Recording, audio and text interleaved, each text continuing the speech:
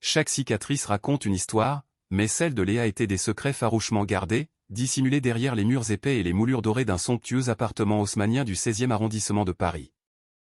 Aux yeux du monde extérieur, son mari, Mathis Lefebvre, incarnait la perfection masculine, une étoile montante de la finance parisienne, charismatique, séduisant et immensément riche.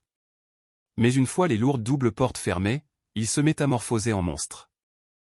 Il considérait Léa comme une moins que rien, une orpheline sans la moindre attache, un simple défouloir qu'il pourrait jeter à sa guise.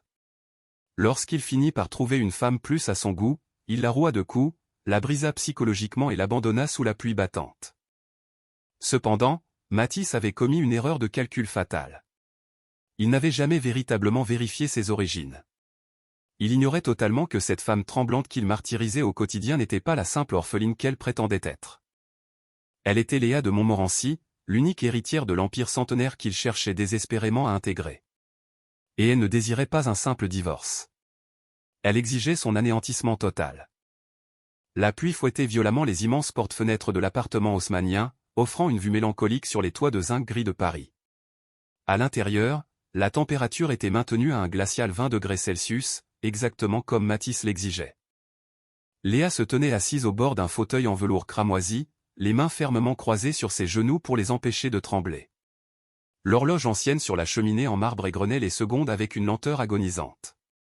Il était encore en retard. Mais dans cette demeure étouffante, le retard de Mathis n'apportait aucun soulagement. C'était au contraire le nœud coulant qui se resserrait. Cela signifiait que sa journée de travail avait été mauvaise. Et quand la journée de Mathis était mauvaise, c'était Léa qui en payait le prix fort. Elle ajusta machinalement le col de son pull à col roulé. C'était pourtant le milieu de l'été, mais elle portait systématiquement des manches longues et des cols montants. Elle n'avait pas le choix. L'échymose sur sa clavicule, souvenir de la semaine précédente, virait à un jaune maladif, tandis que celle sur le haut de son bras, datant de dimanche, arborait encore une teinte violacée et furieuse. Le cliquetis métallique de la serrure biométrique envoya une décharge électrique le long de sa colonne vertébrale. La lourde porte en chêne massif pivota sur ses gonds et Mathis Lefebvre fit son entrée. Il était d'une élégance irréprochable, sanglé dans un costume italien sur mesure, ses souliers Richelieu parfaitement cirés, affichant un visage qui aurait pu faire la couverture des Échos. Il occupait le poste de directeur des opérations chez Apex Global, un homme que tout Paris enviait. Le dîner, ordonna-t-il sans même daigner poser les yeux sur elle. Il jeta négligemment sa mallette en cuir sur l'immaculé canapé blanc, une action qu'il lui interdisait formellement. Tout est sur la table, Mathis. Un magret de canard avec le coulis de griotte que tu aimes tant, murmura Léa en se levant précipitamment. Elle gardait obstinément les yeux baissés. Dans ce huis clos, le moindre contact visuel était souvent interprété comme un acte de défiance. Mathis pénétra dans la salle à manger luxueuse tout en desserrant le nœud de sa cravate en soie. Il fixa longuement le dressage de la table. Le cristal de baccarat étincelait, l'argenterie était polie à l'extrême et les effluves du repas chaud embaumaient la pièce. Tout était absolument parfait. Mais Mathis ne cherchait nullement la perfection. Il cherchait une soupape pour évacuer sa rage bouillonnante. Il saisit le verre à vin et l'inspecta minutieusement à la lumière du lustre. Il y a une tache. Léa se figea instantanément. Je les ai essuyés 2 fois, Mathis. Es-tu en train de me contredire? Sa voix était calme, d'une douceur terrifiante. Non, non, je disais juste que... Dans un geste d'une violence inouïe, Mathis projeta le verre en cristal contre le mur tapissé. Les éclats explosèrent et se dispersèrent sur le précieux parquet en point de Hongrie. Léa tressaillit instinctivement, se recroquevillant sur elle-même. Tu es d'une inutilité affligeante, Léa. Tu restes assise toute la journée dans cet appartement que je paie, portant les vêtements que je t'ai achetés, mangeant la nourriture que je t'offre, et tu es incapable de t'assurer qu'un simple verre soit propre. Il s'avança lentement vers elle, tel un prédateur. Sais-tu avec qui j'ai déjeuné aujourd'hui? Le conseil d'administration. As-tu la moindre idée de la pression que je subis pour finaliser la fusion avec le groupe Montmorency? Et quand je rentre chez moi, je ne trouve que cette incompétence crasse. Je suis désolé, gémit-elle en reculant jusqu'à ce que ses hanches heurtent brutalement le buffet en marqueterie. Je vais tout nettoyer. Tu nettoies toujours, ricana-t-il en comblant l'espace qui les séparait. Il agrippa violemment sa mâchoire, ses doigts s'enfonçant cruellement dans ses joues pour la forcer à le regarder en face. Ses yeux étaient froids, semblables à des requins morts flottant dans des eaux glaciales. Tu as beaucoup de chance que je t'ai ramassé dans cette misérable brasserie de banlieue. Tu as de la chance que je t'ai donné un nom respectable. Sans moi, tu n'es strictement rien. Juste un chien errant. Il la repoussa violemment en arrière. Léa trébucha, parvenant de justesse à se rattraper avant de s'effondrer. Elle crut naïvement que le châtiment était terminé. Elle se trompait lourdement. Les négociations pour la fusion stagnent, cracha Mathis en déboutonnant rageusement ses poignets. Ils exigent un père de famille, un homme d'une stature irréprochable, et je me retrouve affligé d'une épouse qui a l'allure d'une soubrette terrifiée. Je peux essayer de faire un effort pour le gala de la semaine prochaine, implora Léa d'une voix brisée. Le gala? Mathis éclata d'un rire sombre et humiliant. Tu crois sérieusement que tu vas assister à ce gala? Regarde-toi. Il désigna sa silhouette tremblante avec dégoût. Tu es une véritable honte. J'ai besoin d'une femme qui exale le pouvoir, pas d'une œuvre de charité. Il fit un pas en avant et frappa. Ce ne fut pas une simple gifle. Ce fut un coup de poing fermé, brutal, directement dans le ventre. Léa s'effondra sur le parquet, le souffle coupé, une douleur fulgurante irradiant à travers tout son être. Elle se roula en boule, protégeant sa tête de ses bras, un réflexe tristement affûté au cours de ses 3 années de mariage cauchemardesque. « Lève-toi » cracha Théil avec mépris. Il lui asséna un violent coup de pied dans les côtes. Un craquement sinistre résonna dans ses tympans. « J'ai dit, lève-toi. » Il l'agrippa par les cheveux, la traînant sans ménagement sur le sol en direction de la porte d'entrée. Léa poussa un hurlement, un son guttural et déchirant, mais l'appartement haussmannien était parfaitement insonorisé. Mathis s'en était assuré. Il ouvrit la lourde porte palière et la jeta dans le couloir feutré de l'immeuble, tel un vulgaire sac de déchets. Passe la nuit dans le hall, siffla Théil. Peut-être que le froid du marbre t'inculquera un peu de gratitude. La porte claqua avec une violence inouïe. Léa resta allongée sur le marbre glacé du palier, serrant ses côtes meurtries. Elle sentait un goût métallique de cuivre envahir sa bouche. La douleur l'empêchait de prendre une inspiration assez profonde pour pleurer.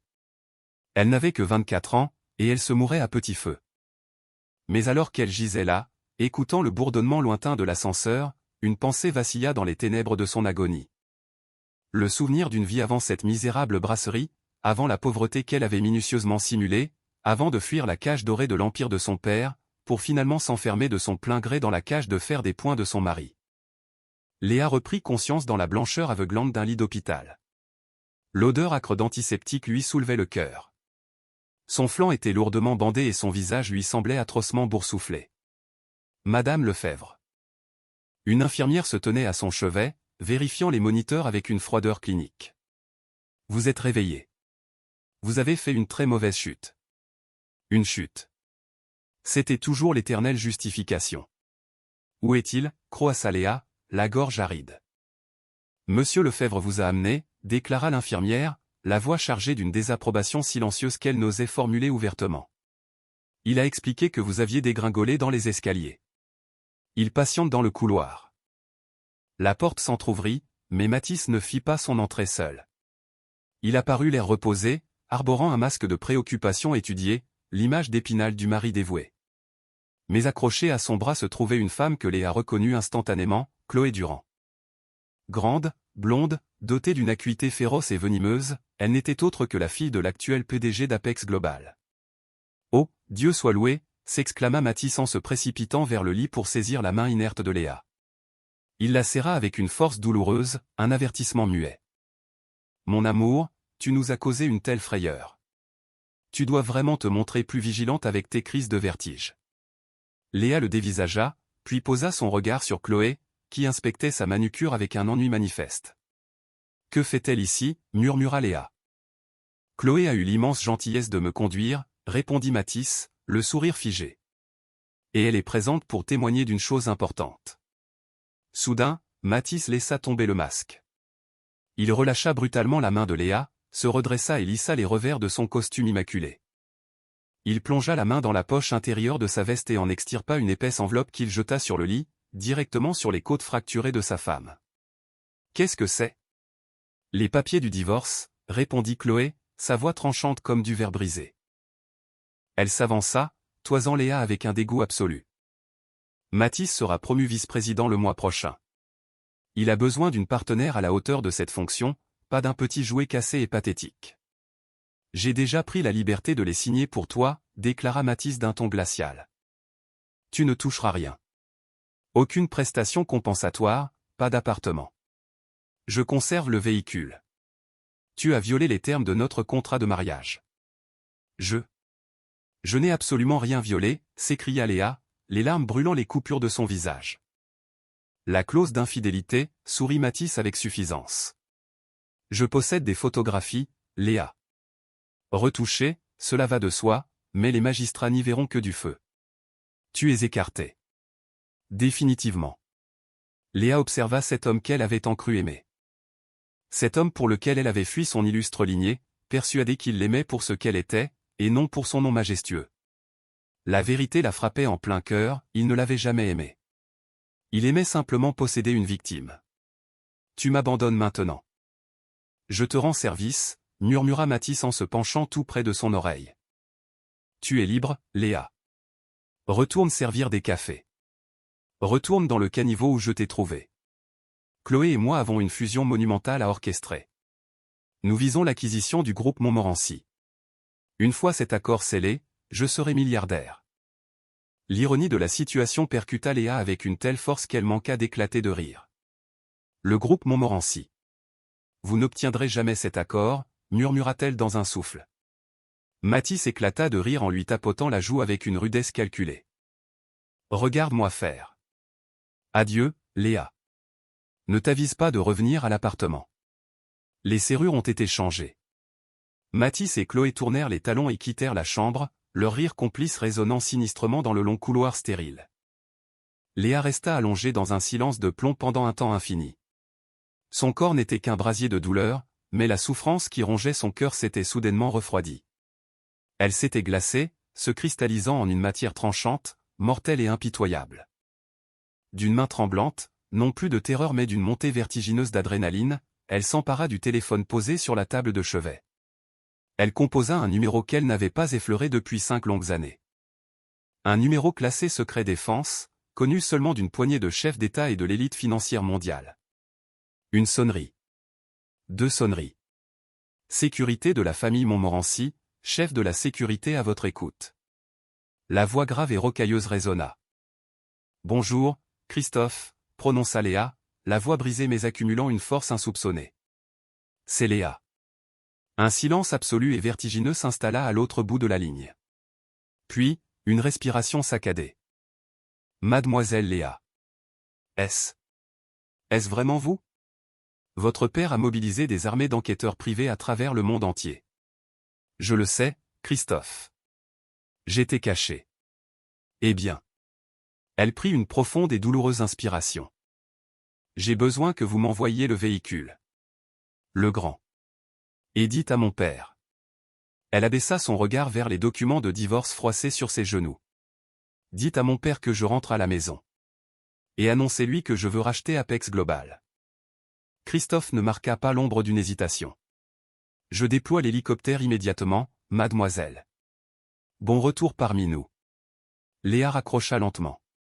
Ignorant les protestations fulgurantes de ses côtes brisées, elle se hissa hors du lit. Elle tituba jusqu'au miroir de la salle de bain et affronta son reflet. Sa lèvre était violemment fendue. Son œil droit était complètement tuméfié et ses cheveux étaient emmêlés de sang séché. Elle effleura la surface glacée du miroir de ses doigts meurtris. Léa l'orpheline est morte, murmura-t-elle à son propre reflet. La femme qui la fixait en retour possédait désormais le regard implacable d'une louve affamée. Longue vie à Léa de Montmorency. L'opération d'extraction fut d'une précision chirurgicale. Peu de temps après cet appel fatidique, l'air au-dessus du centre hospitalier se mit à vibrer sous le vrombissement lourd des pales. Un hélicoptère Sikorsky S-76, peint d'un noir mat absolu et arborant fièrement l'écusson doré des Montmorency sur son empennage, amorça sa descente sur l'héliport de l'hôpital. 2 agents en tenue tactique sombre bondirent sur le tarmac, flanquant un homme de haute stature, aux cheveux argentés et à la prestance redoutable. C'était Christophe, le mythique chef de la sécurité du groupe Montmorency, l'homme qui, 20 ans auparavant, avait appris à la petite Léa à faire du vélo dans les allées gravillonnées de leur domaine. Il la découvrit dans sa chambre, encore saignante, encore brisée. Face à ce spectacle, le masque de pierre du vieux soldat se fissura. « Mademoiselle Léa », balbutia-t-il la gorge nouée, enveloppant les épaules frêles et tremblantes de la jeune femme avec sa propre veste de costume. « Nous vous tenons. Vous êtes en sécurité désormais. Ne le laissez jamais m'approcher, murmura-t-elle, ses yeux fiévreux dardaient vers la porte fermée. S'il ose s'approcher à moins de 100 mètres de vous, il cessera de respirer, jura Christophe, la voix chargée d'une promesse létale. Ils contournèrent intégralement l'administration hospitalière. Les Montmorency possédaient leur propre professeur de médecine, l'élite de la nation. Alors que l'hélicoptère s'arrachait de la piste, abandonnant la pollution et le tumulte de la capitale pour fendre l'air pur en direction du sud de la France, vers leur Intring rue Van Bit péniché au cœur du Luberon, en Provence. Léa contempla les lumières de Paris qui rétrécissaient dans la nuit. Quelque part, dans ce dédale de rues bourgeoises, Matisse sablait sans doute le champagne pour célébrer sa prétendue liberté. À leur atterrissage sur les pelouses parfaitement manucurées du domaine provençal, son père, Bernard de Montmorency, l'attendait de pied ferme. Ce patriarche, magnate de l'industrie redouté dans toute l'Europe pour ses OPA impitoyables et son cœur que l'on disait de pierre, s'effondra à genoux dans l'herbe humide lorsqu'il aperçut sa fille unique portée hors de l'appareil. « Ma petite fille », sanglota le titan, enfouissant son visage vieilli dans le cou de Léa tandis que Christophe la déposait délicatement dans un fauteuil roulant. « Je croyais t'avoir perdu à tout jamais. J'ignorais. Je ne savais pas que tu traversais l'enfer. » La convalescence dura 3 longs mois. Il ne s'agissait pas seulement de ressouder des côtes brisées ou de consolider une fracture de l'os orbital. Il fallait avant tout déprogrammer la terreur ancrée dans sa chair. Le premier mois, Léa sursautait au moindre claquement de porte dans l'immense Bastide. Elle était incapable de fermer l'œil sans que toutes les lumières de sa suite soient allumées. Mais les ressources de la famille Montmorency étaient littéralement infinies. Les plus éminents chirurgiens plastiques de la Riviera effacèrent la moindre cicatrice sur son visage et son corps. Des nutritionnistes renommés rebâtirent son organisme, transformant sa silhouette décharnée et affamée en une allure sculpturale, vibrante de santé et de puissance.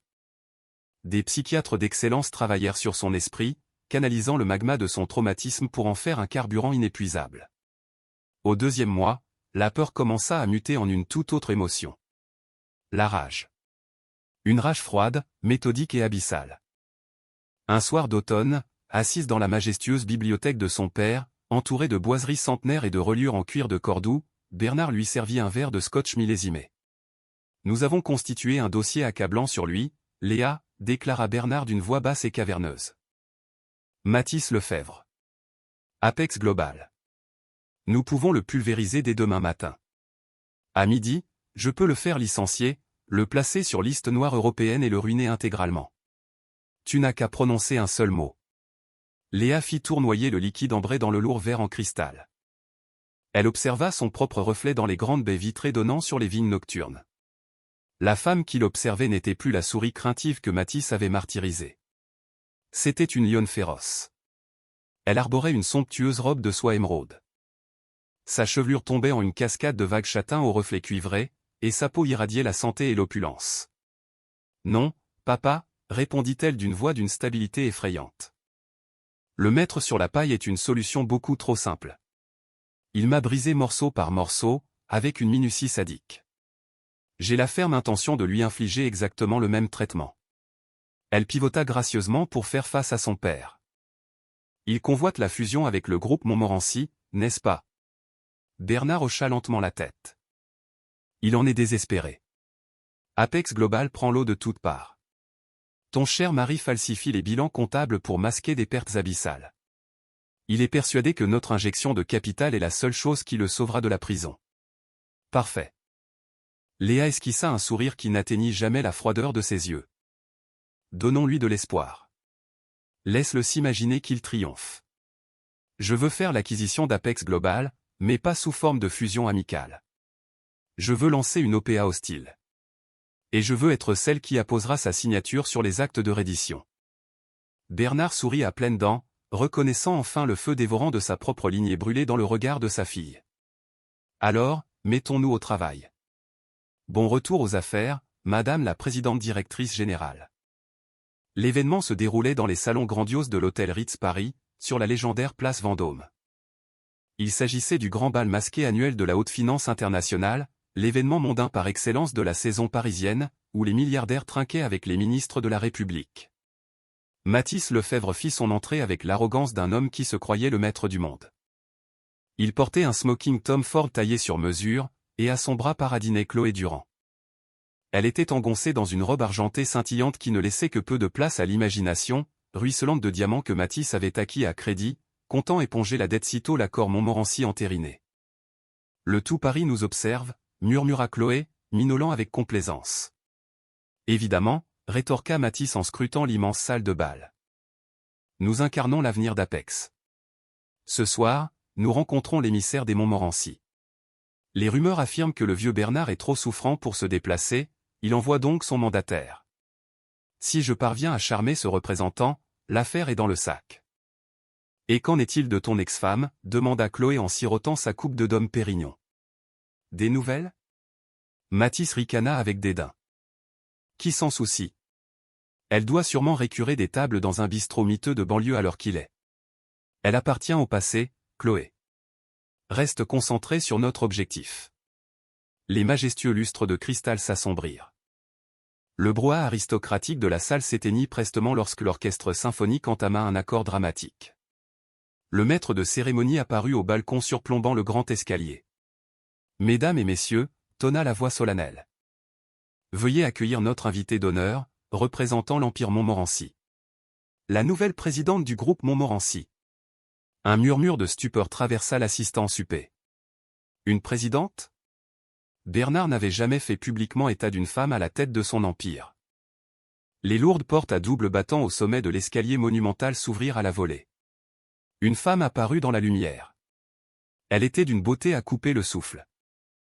Elle portait une somptueuse robe de velours bleu nuit qui épousait la moindre de ses courbes, prolongée d'une traîne majestueuse qui s'écoulait derrière elle telle une rivière d'encre. Autour de son cou d'albâtre reposait l'étoile de l'Est, un collier de saphirs inestimables, dont la valeur dépassait amplement l'intégralité des revenus que Mathis accumulerait dans toute son existence. Son visage était partiellement dissimulé par un masque vénitien complexe, incrusté de diamants étincelants, mais ses yeux, perçants, d'une intelligence rare et d'une froideur polaire, balayèrent la foule silencieuse. Elle descendit les marches avec la grâce altière d'une reine et l'énergie prédatrice d'une panthère noire. « Qui est cette femme » murmura Mathis, totalement subjugué. Il ressentit une attraction étrange, une sensation fugace de familiarité, mais il la balaya immédiatement de son esprit. Cette femme exhalait la puissance pure. Léa, son ex-femme, n'exhalait que la terreur. Elle ne pouvait définitivement pas appartenir à la même espèce humaine, et encore moins être la même personne. C'est la fille cachée de Bernard Montmorency, lui chuchota un riche banquier d'affaires avec une révérence évidente. Personne ne soupçonnait son existence. Il se murmure qu'elle dirigeait la division européenne dans le plus grand secret. Mathis réajusta le nœud de son smoking. « J'y vais. » Il s'approcha d'elle alors qu'elle atteignait le bas de l'escalier. Un cercle de courtisans s'était déjà formé, mais Mathis joua des coudes avec assurance pour se frayer un chemin. « Madame de Montmorency », déclara Mathis en déployant son sourire le plus charmeur et le plus minutieusement répété. Il s'inclina légèrement. Mathis Lefebvre, directeur chez Apex Global. C'est un immense honneur. Léa tourna lentement la tête vers lui. Derrière les diamants de son masque, ses yeux se verrouillèrent sur les siens. Elle reconnut ce même sourire faux et mielleux qu'il arborait juste avant de critiquer violemment sa cuisine. Elle vit l'arrogance crasse. Elle ne tressaillit pas. Elle ne trembla pas, « Monsieur Lefebvre », dit-elle. Sa voix, volontairement descendue d'une octave, avait été travaillée pour se faire suave et impérieuse. Elle le vouvoyait avec une distance aristocratique. J'ai entendu des choses fort intéressantes à votre sujet. Que du bien, je l'espère. Il fit un pas de plus, envahissant délibérément son espace personnel, une tactique d'intimidation qu'il utilisait couramment avec les femmes. Léa ne recula pas d'un millimètre. Au contraire, elle s'avança dans son propre espace, l'obligeant physiquement à reculer et à modifier ses appuis. « Nous verrons cela », murmura-t-elle.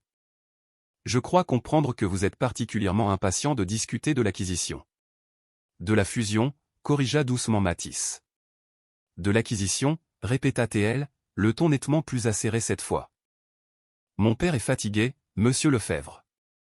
Je reprends personnellement les rênes de ces négociations. Et je suis d'une exigence absolue quant aux individus avec lesquels je conclus des affaires. Je valorise l'intégrité avant tout. Chloé fit son apparition aux côtés de Mathis, sentant confusément poindre une menace. Et qui pourrions-nous bien être en train de saluer, demanda Chloé, jaugeant Léa de la tête aux pieds avec une jalousie mal dissimulée. Léa tourna son regard vers Chloé. Ce fut comme un rayon laser transperçant un bloc de glace. Je suis la femme qui détient littéralement votre avenir entre ses mains. Allez donc jouer plus loin, ma petite. Les grandes personnes discutent. Chloé laissa échapper une exclamation étouffée, le visage empourpré de colère. Mathis, percevant le basculement brutal de la dynamique de pouvoir, fit taire Chloé d'un geste sec. Je vous présente mes plus sincères excuses, madame. Nous sommes à votre entière disposition pour une réunion, quand cela vous conviendra. Demain matin, trancha Léa, le congédiant d'un geste élégant de sa main gantée. À 9 heures précises. Ne soyez pas en retard. Et monsieur Lefebvre. Apportez tous vos audits financiers.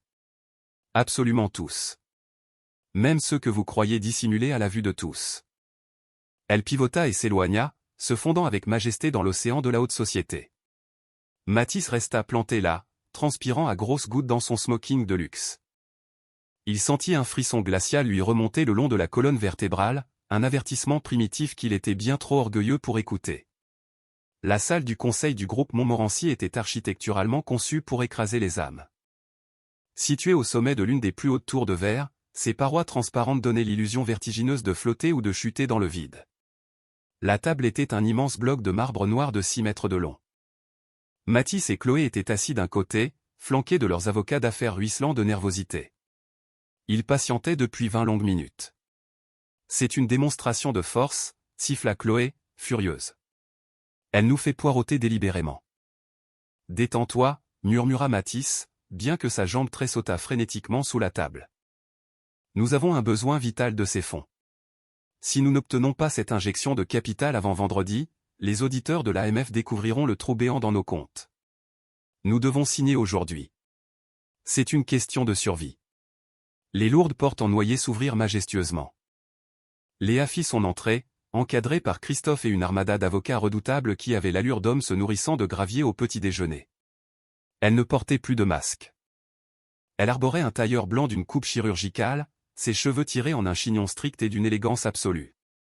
Son maquillage, parfait, redessinait les contours de son visage pour le rendre plus acéré, plus féroce. Elle prit place en bout de table. Elle ne daigna pas offrir la moindre poignée de main. Commençons, déclara-t-elle en ouvrant sèchement un dossier cartonné.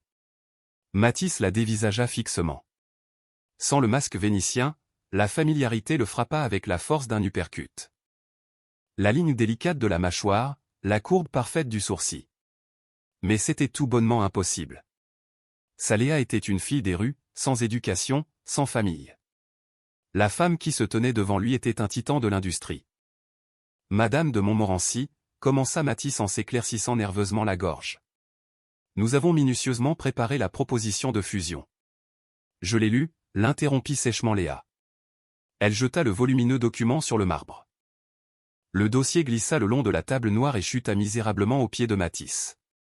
C'est un ramassis d'ordures. Un silence de mort s'abattit sur la pièce. Je vous demande pardon ? Mathis bondit sur ses pieds, son tempérament colérique prenant le dessus. Ce même tempérament explosif qui se soldait jadis par un revers de la main cinglant sur le visage de Léa. Asseyez-vous, monsieur Lefebvre, ordonna Léa. Sa voix n'était qu'un murmure, et pourtant elle s'imposa avec une autorité absolue. Christophe se détacha silencieusement du mur, sa main glissant subtilement vers l'intérieur de sa veste. Mathis comprit immédiatement la menace mortelle et se rassit avec une lenteur calculée. Votre entreprise est en situation de faillite non déclarée, exposa Léa avec un calme olympien. Vous faites l'objet de 3 plaintes distinctes pour harcèlement moral en entreprise. Vous avez détourné 4 millions d'euros de la caisse de retraite de vos employés et votre cotation en bourse n'est plus qu'une monnaie de singe. Mathis blêmit à vue d'œil. Ce sont des calomnies.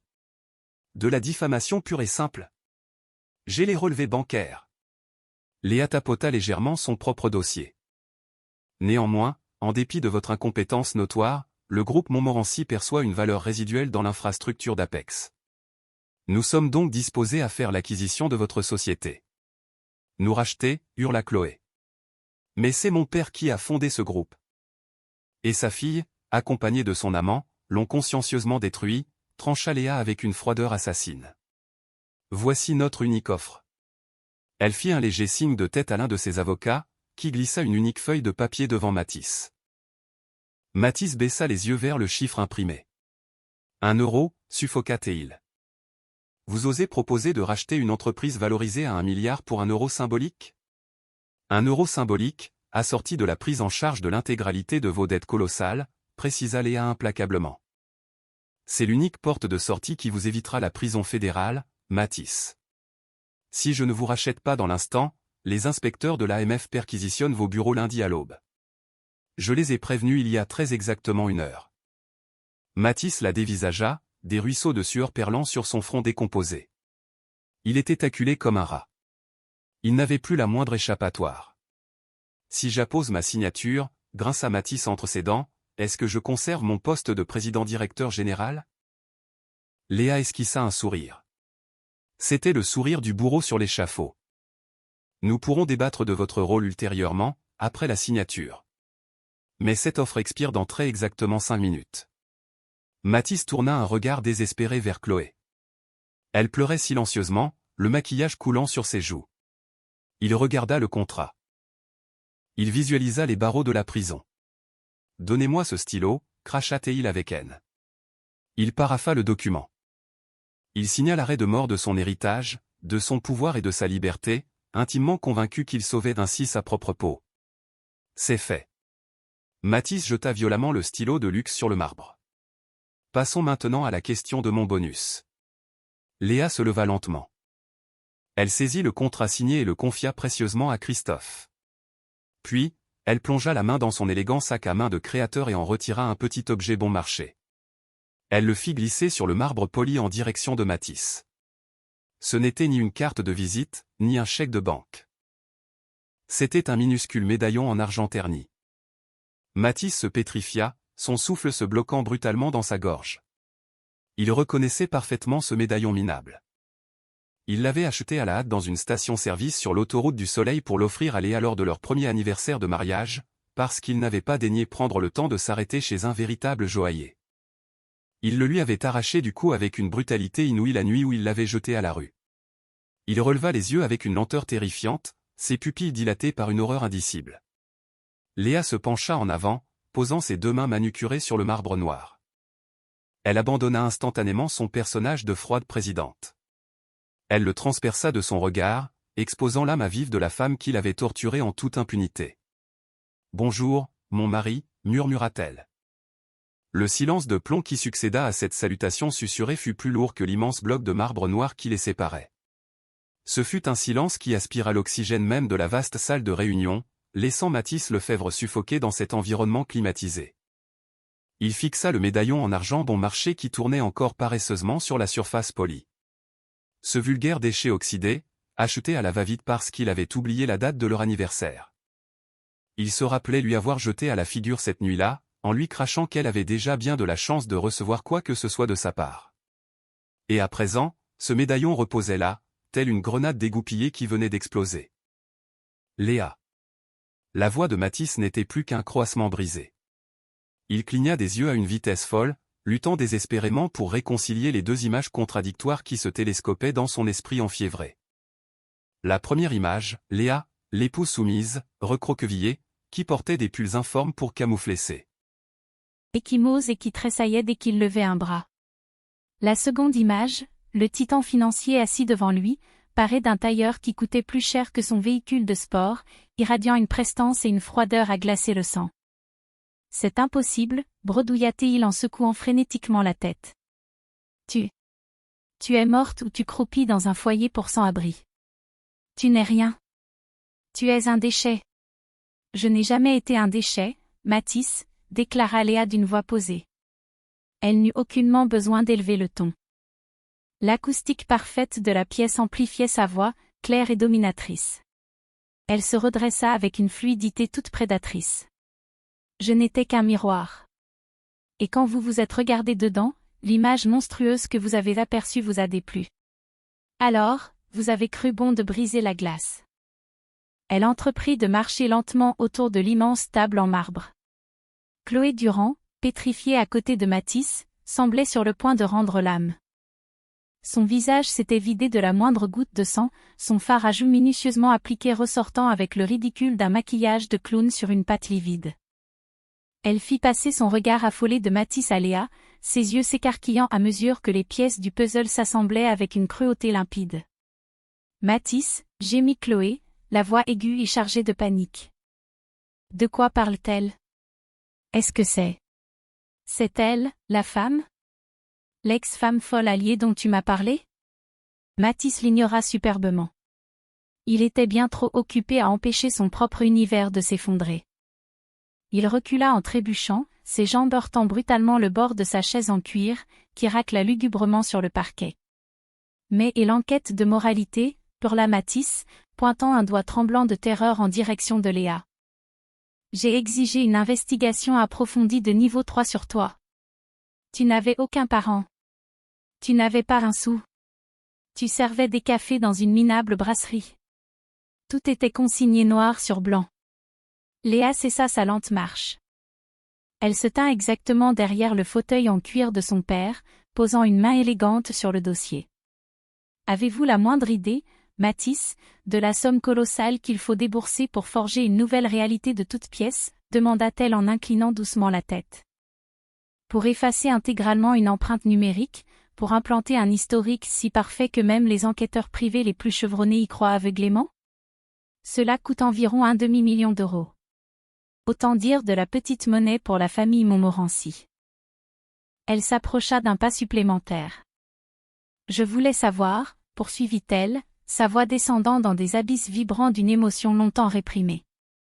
J'ai grandi entouré de parasites qui ne s'intéressaient à moi qu'à cause de mon nom de famille. Des hommes obsédés par les privilèges, le pouvoir, le carnet de chèques.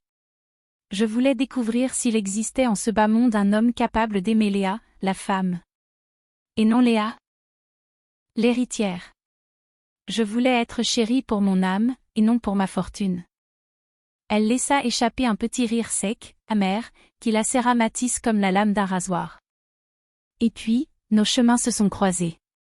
Vous m'avez persuadé que vous étiez différent. Mais vous ne m'aimiez pas. Vous aimiez uniquement le sentiment de contrôle absolu. Vous adoriez posséder un souffre-douleur qui ne riposterait jamais, persuadé qu'elle n'avait nulle part où trouver refuge. Je t'ai offert un foyer, bégaya Mathis, son cerveau disjonctant alors qu'il cherchait désespérément un angle d'attaque, une misérable faille pour reprendre le dessus. Vous m'avez enfermé dans une cage, cingla Léa, la glace de sa façade se fissurant l'espace d'une seconde pour révéler le brasier en fusion. Vous m'avez isolé du reste du monde. Vous avez coupé mon accès à Internet. Vous mettiez mes appels sur écoute. Vous me frappiez parce que le linge n'était pas plié avec une symétrie mathématique. Vous me donniez des coups de pied dans les côtes parce que les cours de la bourse s'effondraient. Pensez-vous réellement que je suis restée par gratitude? Je suis restée parce que vous m'avez brisé psychologiquement bien avant de me briser physiquement. Chloé se leva brusquement, sa chaise crissant atrocement sur le sol. Ayant parfaitement compris que le navire sombrait vers les abysses, elle décida de sauter par-dessus bord. Je vous jure que je l'ignorais, s'écria Chloé, se tournant vers Léa avec des yeux de biche traquée. Madame de Montmorency. Je vous en supplie, vous devez me croire. Il m'a menti, à moi aussi. Il me certifiait que vous étiez mentalement instable. Il m'a montré de fausses griffures sur ses avant-bras en prétendant que vous l'aviez sauvagement attaqué. Je suis aussi une de ses victimes. Léa pivota lentement pour toiser Chloé. Son regard était empreint d'un dégoût absolu et dévastateur. Asseyez-vous, Chloé, ordonna Léa. Mais j'ai dit, asseyez-vous. Chloé s'effondra dans son siège, pantelante de terreur. Vous n'êtes en rien une victime, déclara Léa, la voix ruisselante de mépris. Vous saviez pertinemment qu'il était marié. Vous vous êtes introduite dans mon domicile. Le domicile que je récurais. Le domicile où j'ai versé mon sang. Et vous avez dormi dans mon lit. Vous avez ricané de mes vêtements. Vous vous êtes esclaffé de joie lorsqu'il m'a jeté hors de cette chambre d'hôpital cette fameuse nuit. Je vous ai entendu. Chloé. Je vous l'ai entendu glousser et dire, au moins, maintenant, nous n'aurons plus à supporter ce boulet. Ce boulet était une existence humaine qui luttait pour survivre. J'essayais juste de, balbutia Chloé, des torrents de larmes ravageant son maquillage hors de prix. Vous passiez simplement l'audition pour le rôle très convoité de la prochaine Madame Lefebvre, acheva Léa à sa place. Eh bien, toutes mes félicitations. Vous avez décroché le rôle. Malheureusement, la pièce vient d'être déprogrammée. Vous êtes renvoyée, Chloé. Avec effet immédiat. Vous n'avez pas le droit de me licencier, hurla Chloé, retrouvant un ultime fragment de défiance désespérée. C'est mon père qui a fondé le groupe Apex. J'ai un contrat à durée indéterminée en béton. Votre père a fondé une entreprise que je viens tout juste d'acquérir pour le prix d'une canette de soda dans un distributeur, lui rappela froidement Léa. Je possède les actifs. Je possède le passif. Et je possède l'intégralité des dossiers du personnel. Vous êtes devenu obsolète. La sécurité va vous raccompagner vers la sortie. Si vous n'avez pas libéré les lieux dans les 10 prochaines minutes, je vous ferai arrêter pour espionnage industriel et violation de propriété. Je vous suggère de courir. Christophe, l'imposant chef de la sécurité, s'avança et fit un bref signe de tête en direction des doubles portes. 2 colosses en costume sombre pénétrèrent dans la salle. Ils n'eurent même pas besoin de poser un doigt sur Chloé. Leur seule présence écrasante suffit. Chloé jeta un dernier regard chargé d'une haine viscérale à l'encontre de Mathis avant de s'enfuir en courant, le bruit frénétique de ses talons résonnant pitoyablement dans le long couloir de la direction. Ils étaient désormais seuls. Le mari, l'épouse, et une poignée d'avocats qui souhaitaient ardemment pouvoir fusionner avec les murs en placo. Mathis transpirait désormais à grosses gouttes. Sa luxueuse chemise sur mesure collait à son torse palpitant. Il regarda le contrat abandonné sur la table, celui-là même qu'il venait de signer en toute hâte. Il regarda Léa. La réalité cauchemardesque de sa situation pénétrait enfin son esprit étriqué. Mais son arrogance innée lui interdisait de sombrer sans livrer bataille. Léa. Chérie. Je t'en supplie, Alta-Théil, s'avançant presque à 4 pattes sur l'épais tapis persan. Il tenta de saisir l'ourlet du pantalon immaculé de sa femme, mais Christophe s'interposa brusquement, la main prête à dégainer. Mathis recula avec un hoquet de terreur. « Écoute-moi bien » implora Théil, le débit de paroles accéléré par la panique. « D'accord, j'ai commis des erreurs. J'étais sous une pression inhumaine. La loi du marché, la bourse. Tu ne peux pas comprendre ce que c'est. Je me suis défoulée sur toi, et c'était impardonnable. Je le reconnais aujourd'hui. Mais nous sommes mariés. Léa. Nous sommes toujours légalement mari et femme. Une lueur d'espoir tordue et cupide s'alluma soudain dans son regard fiévreux. Attends. L'argent.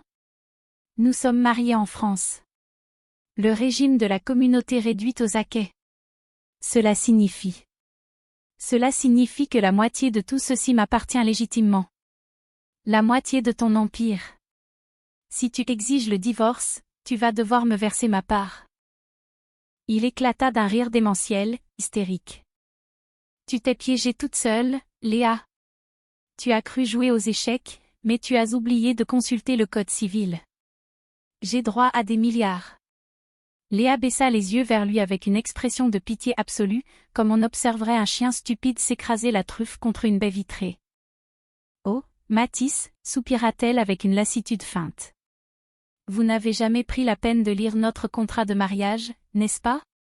Mathis se figea, le sang se glaçant dans ses veines. Exactement, sourit Léa. Et vous souvenez-vous de la formulation très spécifique de l'article 14 de ce document? La clause de séparation stricte des biens? Mathis cligna des yeux, la sueur aveuglant sa vision. Il stipulait que ce que nous possédions avant notre union restait notre propriété exclusive. C'est parfaitement exact, trancha Léa.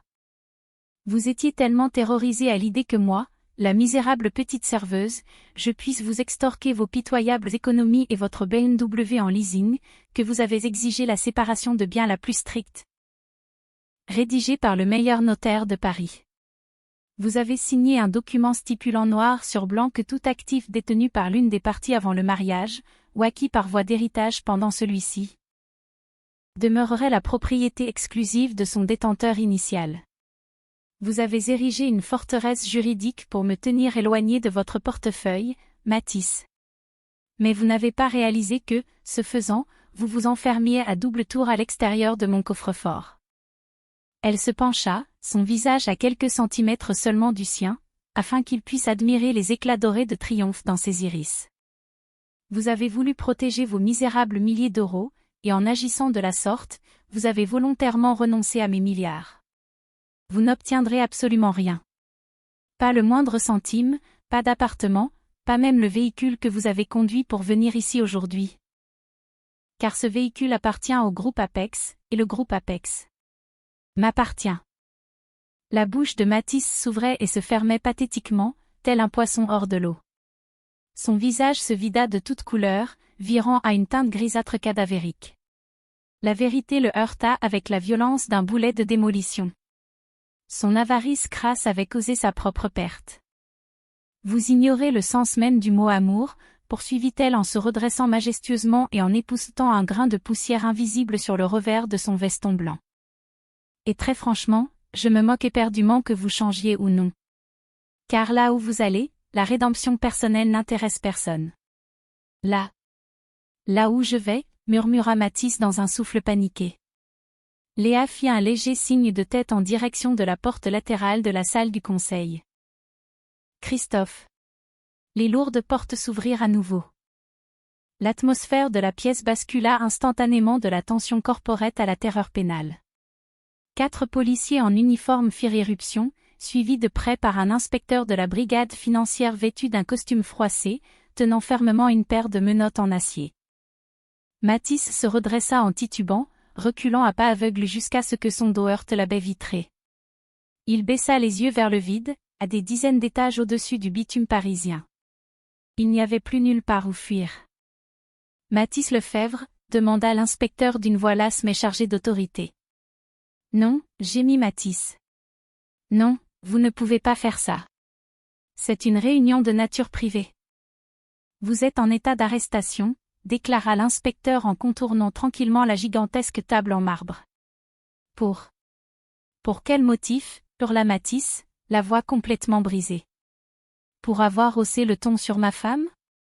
Ce n'est pas un crime. Pour abus de biens sociaux, lut l'inspecteur sur son mandat. Pour fraude fiscale. Pour détournement massif de fonds d'entreprise.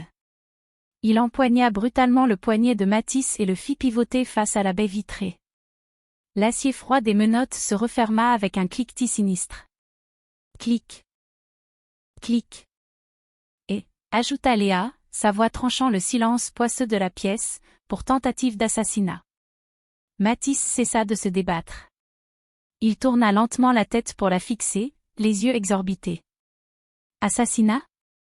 Je n'ai jamais tué personne. Vous avez ardemment essayé, répliqua Léa d'une voix d'une douceur mortelle. La nuit où vous m'avez jeté sur le palier. Ma rate était rompue, Matisse. Je souffrais d'une hémorragie interne fatale. Mon os orbital était fracturé. Si Christophe ne m'avait pas fait téléporter vers un centre de traumatologie dans l'heure qui a suivi, je me serais vidée de mon sang et je serais morte sur le marbre glacé de ce couloir haussmannien. Mes professeurs de médecine ont dû m'en transmis l'intégralité des radiographies, des photographies et des rapports chirurgicaux au procureur de la République. Elle s'approcha lentement de lui, s'arrêtant juste hors de portée de ses mains entravées. Vous m'avez laissée pour morte afin de pouvoir ramener votre maîtresse dans notre lit, cracha-t-elle avec mépris. C'est la définition légale de la préméditation. C'est une tentative d'homicide involontaire. En France, cela vous vaudra un séjour de 20 à 30 ans de réclusion criminelle. Les jambes de Matisse se dérobèrent. Les policiers durent le soutenir de force par les aisselles pour l'empêcher de s'écrouler comme une marionnette dont on aurait coupé les fils. Il dévisagea Léa, et pour la toute première fois de sa vie, il la vit telle qu'elle était réellement. Il vit cette résilience inébranlable qu'il avait vainement tenté de réduire à néant à coups de poing. Il vit cette intelligence supérieure qu'il avait perpétuellement insultée. Il vit la femme qui avait survécu à son enfer. Des larmes de terreur absolue, d'une laideur pathétique, sillonnèrent ses joues. « Léa, je t'en prie, » sanglota-t-il, dépourvu de la moindre once de dignité. « Ne me fais pas ça. Je suis désolé. Je suis tellement désolé. Je ferai tout ce que tu exigeras. Mais je t'en supplie, ne les laisse pas m'emmener. » Léa observa longuement cet homme brisé qui sanglotait à ses pieds. Elle chercha au plus profond de son cœur la moindre trace de l'amour qu'elle lui avait autrefois porté. Elle chercha de la pitié. Elle chercha de la compassion. Elle n'y trouva qu'un gouffre béant, un vide glacial à l'endroit exact où il résidait jadis. Elle tendit le bras et ramassa le petit médaillon en argent sur la table. Elle le souleva à la lumière, le laissant tournoyer au bout de sa fine chaîne une toute dernière fois. « Vous avez tué la jeune fille naïve qui vous aimait de toute son âme, Mathis, murmura-t-elle, la voix vidée de toute émotion humaine. Vous l'avez assassinée. Je ne suis que la femme chargée d'enterrer le cadavre. » Elle se dirigea vers la corbeille en métal située dans l'angle de la pièce. Elle suspendit le médaillon au-dessus du vide. « Léa, non, hurla Mathis. » Elle ouvrit la main. Le médaillon heurta le fond métallique de la corbeille dans un tintement lugubre et définitif. « Sortez cette chose de ma vue, » ordonna-t-elle sans se retourner. Tandis que les policiers traînaient la masse inerte de Mathis Lefebvre hors de la salle du conseil, ses hurlements de « Je t'aime. Je t'aime » résonnant de manière pathétique dans le long couloir, Léa ne daigna pas jeter un regard en arrière. Elle s'approcha de l'immense bail vitré et contempla la ligne d'horizon de Paris. Les sombres nuages d'orage se dissipaient enfin. Les premiers rayons du soleil perçaient l'épaisse couche grise. C'était une magnifique journée pour réussir une OPA hostile. La chute de Mathis Lefebvre ne fut pas un lent déclin douloureux. Ce fut une chute libre et vertigineuse, passant des sommets stratosphériques de la haute finance directement dans les égouts les plus sombres. 6 longs mois s'étaient écoulés depuis l'embuscade tendue dans la salle du conseil. 6 mois durant lesquels Mathis avait pourri dans une cellule sordide de la prison de la santé, un lieu infect qui empestait l'eau de javel bon marché, la sueur rance et le désespoir poisseux. Ses costumes d'Italien cousus main avaient été remplacés par un uniforme pénitentiaire rugueux qui lui irritait cruellement l'épiderme. Son bureau d'angle panoramique avec vue sur la tour Eiffel avait été troqué contre une boîte en béton humide de 9 mètres carrés, avec pour seul panorama des toilettes en inox dépourvues de lunettes. Puisque Léa avait procédé au gel impitoyable de ses actifs et que l'AMF avait saisi la moindre miette de ce qui restait, Mathis n'avait plus les moyens de se payer la prestigieuse équipe d'avocats pénalistes dont il s'était toujours vanté d'être l'ami intime. Il se retrouvait affublé d'un avocat commis d'office, Maître Moreau, un homme exténué, surchargé de dossiers, qui toisait Mathis avec un mépris qu'il peinait à dissimuler.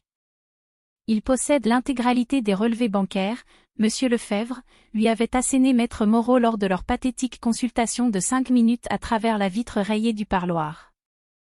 Ils ont les rapports médicaux détaillés de la nuit de son admission aux urgences.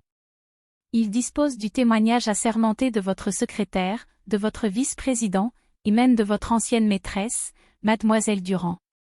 Vous êtes en train de couler à pic. Et je ne possède aucun gilet de sauvetage à vous jeter. Je suis victime d'un coup monté.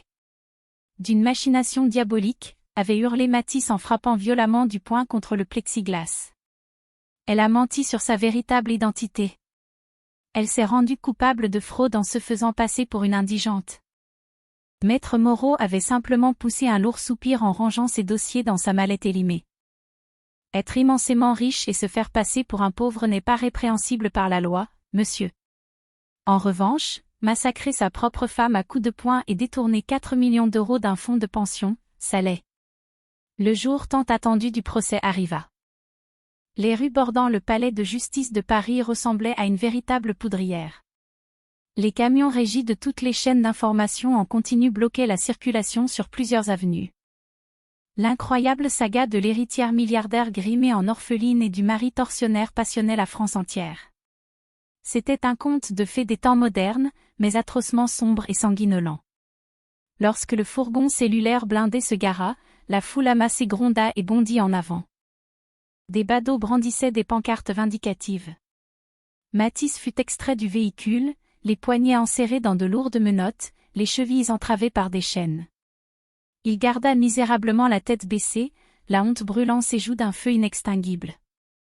Autrefois, il arpentait ces mêmes rues avec l'allure d'un demi-dieu, la foule s'écartant sur son passage alors qu'il consultait négligemment sa Rolex en or massif. Aujourd'hui, on crachait avec mépris sur les pavés devant ses pieds enchaînés. À l'intérieur, la salle d'audience de la cour d'assises était archi-comble. L'atmosphère était suffocante, chargée d'une anticipation morbide. Lorsque l'huissier annonça gravement « La cour », un silence absolu s'abattit, mais personne ne se leva par simple respect pour les magistrats. Tous les regards, sans exception, restaient rivés sur les lourdes portes en chêne massif du fond de la salle. Léa fit son apparition. Elle n'avait absolument rien d'une victime. Elle incarnait Némésie, la déesse grecque de la juste colère et du châtiment implacable. Elle portait un tailleur d'un blanc immaculé, d'une pureté intransigeante, formant un contraste saisissant avec les sombres boiseries du tribunal. Ses cheveux étaient tirés en arrière avec une sévérité royale, exposant pleinement ce visage que Matisse avait jadis tuméfié, désormais parfait et totalement illisible. Elle s'avança, encadrée par Christophe à sa droite, et par son père, Bernard de Montmorency, à sa gauche. La présence redoutable du patriarche Montmorency, un homme capable d'acheter et de vendre la capitale tout entière d'un simple claquement de doigts, provoqua une violente onde de choc parmi le public et les journalistes. Léa s'installa calmement sur le banc des parties civiles. Elle ne daigna pas accorder un seul regard à Matisse. Pour elle, il n'était déjà plus qu'un spectre transparent. Le procès dura 3 interminables semaines. Un défilé incessant et macabre des péchés de Matisse fut exposé aux yeux du monde. Le procureur de la République entama les hostilités avec les crimes financiers, déroulant des preuves mathématiques arides et accablantes de sa cupidité sans limite. Il démontra avec brio comment Matisse avait vampirisé le plan d'épargne retraite de ses employés dévoués pour financer la location de luxueux pantous et couvrir Chloé de bijoux exorbitants. Les jurés affichaient un air écœuré. Puis, la cour aborda le volet des violences conjugales. Lorsque Léa fut appelée à la barre des témoins, le silence dans l'immense salle d'audience devint assourdissant. Madame Lefebvre. Pardonnez-moi, Madame de Montmorency, commença le procureur avec une douceur infinie. Pourriez-vous expliquer à la cour pour quelle raison vous êtes restée? Pourquoi ne pas l'avoir quittée plus tôt? Léa se tenait parfaitement droite, imperturbable. Elle parla dans le micro, sa voix claire et limpide résonnant dans le silence quasi religieux. Parce que je croyais intimement au mensonge, déclara-t-elle avec assurance. Il m'a martelé que je n'étais absolument rien sans lui. Il m'a convaincu que j'étais un être brisé, indigne d'être aimé, et que je devais m'estimer immensément chanceuse qu'il daigne seulement poser les yeux sur moi. Lorsque vous entendez ce discours tous les jours de votre vie, ponctué par un coup de poing dans le ventre ou un coup de pied dans les côtes, vous finissez inéluctablement par y croire. Je ne suis pas restée par amour pour lui. Je suis restée parce que j'étais persuadée de ne plus exister en dehors de son emprise destructrice. Et concernant la nuit du 15 juillet, s'enquit le procureur. Décrivez-nous cette nuit précise. Léa prit une lente inspiration. Il est rentré dans une colère noire à cause d'un simple verre à vin. Une poussière sur un verre en cristal. Il l'a fracassé contre le mur du salon. Puis, c'est moi qui l'a projeté contre ce mur. Il m'a roué de coups jusqu'à ce que mes jambes ne me portent plus. Ensuite, il m'a agrippé par les cheveux, m'a traîné jusqu'à la porte palière et m'a jeté dans le couloir de l'immeuble. Il m'a ordonné de dormir sur le marbre du hall. Elle marqua une infime pause, et pour la toute première fois, sa voix trembla imperceptiblement. J'ai rampé dans mon propre sang jusqu'à l'ascenseur. J'étais certaine de mourir. Je sentais mes propres côtes brisées perforer mes organes à chaque inspiration. C'est à cet instant précis que j'ai réalisé la vérité. Si je ne téléphonais pas immédiatement à mon père, Je serais morte avant la levée du jour. Mathis Lefebvre ne cherchait pas simplement à me faire souffrir. Il cherchait à m'effacer de la surface de la terre. Les membres du jury étaient visiblement bouleversés. Une jurée, une femme d'âge mûr assise au premier rang, essuyait ouvertement ses larmes. Mathis, affaissé sur le banc des accusés, tremblait de tous ses membres. Il brûlait de l'envie de bondir, de hurler qu'elle mentait effrontément, qu'elle l'avait constamment provoqué, qu'elle était la véritable manipulatrice en lui dissimulant sa fortune obscène. Mais la main ferme de Maître Moreau broyait son genou sous la table, un avertissement silencieux et furieux l'intimant de se taire. L'avocat de Mathis savait pertinemment que son dossier était indéfendable, mais il devait néanmoins faire semblant d'assurer son rôle. Il se leva péniblement pour mener le contre-interrogatoire. Madame de Montmorency, commença Maître Moreau en réajustant péniblement ses lunettes sur l'arête de son nez. Vous êtes l'unique détentrice d'une fortune personnelle estimée à plus de 4 milliards d'euros. Vous disposez d'un accès illimité à une milice privée, à une flotte de jets et à un bataillon de redoutables avocats. Attendez-vous réellement que nous gobions l'idée que vous étiez maintenue en captivité par un simple cadre d'entreprise? Léa braqua son regard sur l'avocat de la défense. Le rayon laser percuta de nouveau la glace. La violence conjugale ne consulte pas vos relevés bancaires, maître, répliqua-t-elle avec une froideur assassine. La terreur panique se moque éperdument de votre patrimoine net. Lorsqu'un homme qui fait 2 fois votre gabarit resserre ses mains meurtrières autour de votre gorge pour vous étrangler, le fait que vous soyez propriétaire de l'immeuble tout entier n'a strictement aucune importance. À cet instant, vous n'êtes rien de plus qu'une femme qui supplie pour obtenir une bouffée d'oxygène. J'ai dissimulé mon identité dans l'espoir sincère de trouver l'amour véritable. Votre client a exploité ma vulnérabilité apparente pour nourrir son insatiable sadisme. Je vous suggère de ne pas confondre mes moyens financiers avec une quelconque immunité à la douleur physique.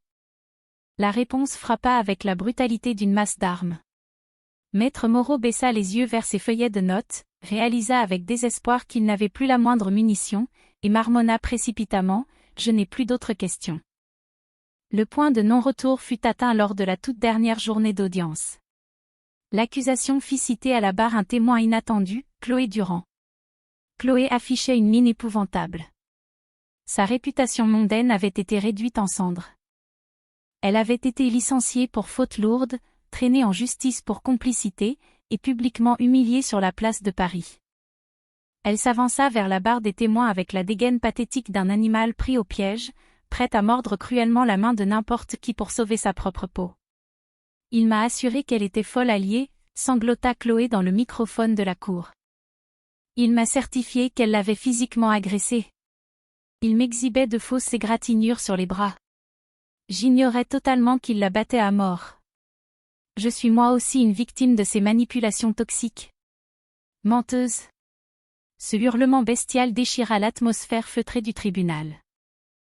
Il ne provenait pas du public. Il provenait de Mathis. Quelque chose venait de se briser en lui. La pression écrasante, l'humiliation publique totale, le spectacle affligeant de sa maîtresse se retournant lâchement contre lui pour se sauver. C'en était trop. Il bondit sur ses pieds, renversant sa lourde chaise en bois massif dans un fracas assourdissant. Tu savais parfaitement, rugit Mathis, le visage congestionné virant au violet. Tu m'as joyeusement aidé à dépenser son argent. Tu as ricané de bon cœur quand je t'ai décrit comment je l'avais balancé à la rue. Ne t'avise pas de jouer les saintes nitouches, espèce de sangsue. Le silence.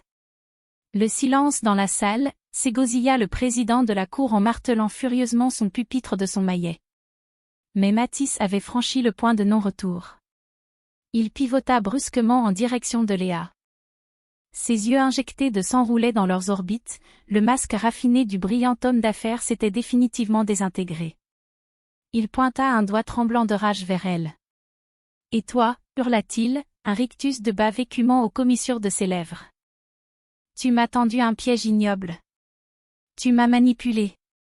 C'est toi le véritable monstre de cette histoire. Léa.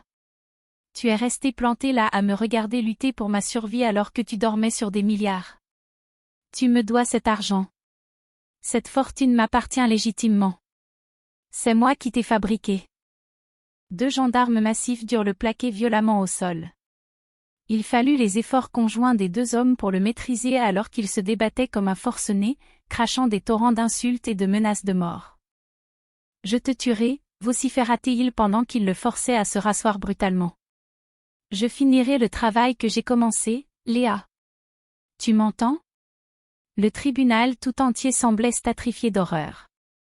Les membres du jury le dévisageaient avec des yeux ronds, pétrifiés.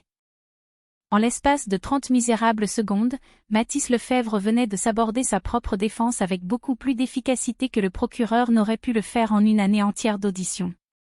Il venait de prouver à la face du monde la nature monstrueuse de son âme. Léa n'avait pas scié d'1 millimètre. Elle se contenta de l'observer, affichant une expression de douce déception, avec le détachement d'une mère observant la crise de colère pathétique d'un enfant mal élevé. L'accusation a terminé, prononça le procureur d'une voix posée dans le silence de plomb qui s'était réinstallé. Les jurés de la cour d'assises délibérèrent durant moins d'1 heure. Ce fut un record historique pour une affaire d'une telle envergure. Lorsqu'ils firent leur retour dans la salle, Mathis était solidement menotté au banc des accusés. Il haletait bruyamment, les cheveux hirsutes, la volonté de combattre totalement éradiquée. Il savait que la partie était perdue. L'accusé est prié de se lever, ordonna solennellement le président de la cour. Mathis s'exécuta en titubant, le bruit métallique de ses chaînes résonnant lugubrement. Le premier juré, un imposant mécanicien à l'expression sévère, tenait fermement la feuille de délibération. Sur le chef d'inculpation d'abus de biens sociaux, nous déclarons l'accusé coupable. Sur le chef d'inculpation de fraude fiscale et détournement de fonds, coupable. Sur le chef d'inculpation de violence aggravée ayant entraîné une mutilation ou une infirmité permanente. Coupable. Sur le chef d'inculpation de tentative d'homicide involontaire avec préméditation. Coupable. Chaque énoncé de culpabilité s'abattit avec la force d'un coup de massue. Les genoux de Mathis fléchirent. Il s'agrippa désespérément au bois du box pour ne pas s'effondrer. Le magistrat abaissa lentement ses lunettes sur son nez. Il fixa Mathis avec un mélange écœurant de pitié et de profonde répulsion. « Monsieur Lefebvre », déclara le juge d'une voix de stentor. « En 20 longues années passées sur ce siège, il m'a rarement été donné d'examiner un dossier témoignant d'une arrogance et d'une cruauté aussi abyssales. Vous avez sauvagement battu l'épouse que vous aviez juré de chérir. Vous avez volé les personnes qui avaient placé leur confiance en vous. Et même ici, dans l'enceinte sacrée de ce tribunal. Vous n'avez fait preuve d'aucun remords, démontrant uniquement une rage aveugle de vous être fait pincer. » Il tria méthodiquement ses feuillets. En raison de l'extrême gravité de vos crimes successifs, du danger manifeste et immédiat que vous représentez pour la société, et particulièrement pour la victime, je vous applique la peine maximale prévue par le Code pénal. Vous êtes condamné à la réclusion criminelle à perpétuité pour la tentative de meurtre aggravé et les crimes financiers, assorti d'une période de sûreté incompressible de 22 ans. Vous serez transféré dans leur sous-escorte renforcée vers un établissement pénitentiaire de haute sécurité. Que Dieu puisse accorder une quelconque miséricorde à votre âme corrompue. Car la justice des hommes n'en a absolument aucune. Le lourd maillet en bois de chêne s'abattit avec la fulgurance et le bruit d'une exécution par balle. Clac. Mathis laissa s'échapper un gémissement sourd, guttural, l'expression sonore d'une âme pulvérisée. Sa vie dorée était définitivement achevée. Il pourrirait entre 4 murs de béton. Alors que les gendarmes le saisissaient fermement par les bras pour le traîner vers les geôles du tribunal, il tourna désespérément la tête une dernière fois. Il ne cherchait pas le regard de Chloé. Il ne cherchait pas l'approbation de Maître Moreau. C'est elle qu'il cherchait. Léa se mit debout avec une élégance souveraine. Elle plongea son regard dans le sien. « Léa » murmura-t-il dans un souffle brisé. « Je t'en supplie. » Elle ne prononça pas un seul mot. Elle porta simplement sa main manucurée à son cou d'albâtre, effleurant délicatement l'endroit exact où reposait jadis le vulgaire médaillon en argent, puis elle lui tourna définitivement le dos. Ce fut le rejet absolu. La condamnation ultime. Elle ne le haïssait même plus. Il n'était pas digne de son mépris. Il n'était plus qu'un grain de poussière. Les immenses portes de bronze du palais de justice s'ouvrirent à la volée, et Léa s'avança dans la lumière aveuglante du soleil parisien. Le brouhaha monstre de la presse internationale était assourdissant. Le cliquetis des obturateurs d'appareils photo crépitait comme une invasion biblique de criquets. Madame de Montmorency.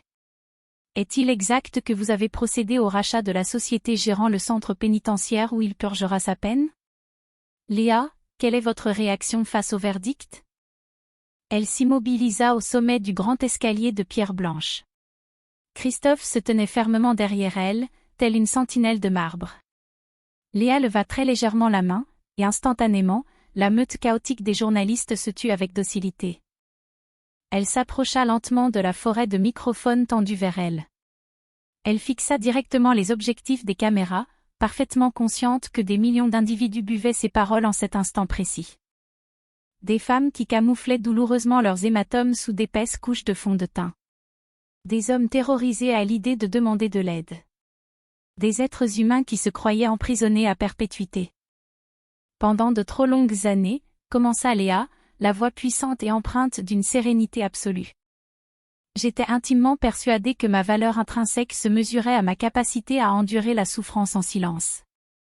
Je pensais naïvement que si je lui offrais suffisamment d'amour, il finirait par cesser de me meurtrir. Je me trompais lourdement.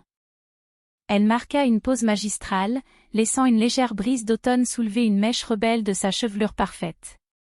Ce n'est pas mon compte en banque qui m'a sauvée, poursuivit-elle avec conviction. C'est le courage. Le courage indicible de composer un simple numéro de téléphone. À vous tous qui me regardez aujourd'hui et qui vivez dans les ténèbres de la peur, vous n'êtes pas faible de rester. Mais vous possédez au fond de vous la force herculéenne de partir. Ne les laissez jamais vous réduire au silence. Et s'ils osent tenter de le faire. Un sourire fin, acéré et d'une dangerosité sublime effleura ses lèvres parfaitement dessinées. Point assurez-vous de posséder le sol même sur lequel ils marchent lorsqu'ils finiront par s'effondrer. Elle pivota avec grâce et descendit majestueusement les marches de pierre en direction de la longue limousine noire qui l'attendait, moteur tournant. La foule compacte explosa en acclamations frénétiques, n'applaudissant pas l'héritière aux milliards, mais saluant la survivante indestructible. À l'intérieur de l'habitacle feutré, le silence était un pur délice. Léa s'adossa contre le cuir pleine fleur, fermant un instant les paupières.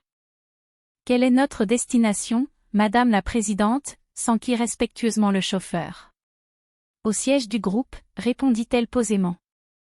Nous avons la grande réunion du conseil d'administration de la Fondation Phoenix dans 1 heure. Nous avons un travail colossal à accomplir. Alors que la berline de luxe s'éloignait avec souplesse, abandonnant l'imposant palais de justice et l'existence ruinée de Mathis Lefebvre dans son rétroviseur, Léa rouvrit les yeux. Elle sortit son smartphone et déverrouilla son application bancaire cryptée. Elle valida instantanément un virement philanthropique de 10 millions d'euros au profit du principal réseau national d'hébergement d'urgence pour les femmes victimes de violences. Puis, elle verrouilla l'écran noir de son téléphone, tourna son regard vers la ville lumière qui était désormais son royaume incontesté, et, pour la toute première fois depuis des années, elle sourit avec une véritable et pure allégresse. Le cauchemar était définitivement dissipé. Le règne inébranlable de la reine venait tout juste de commencer.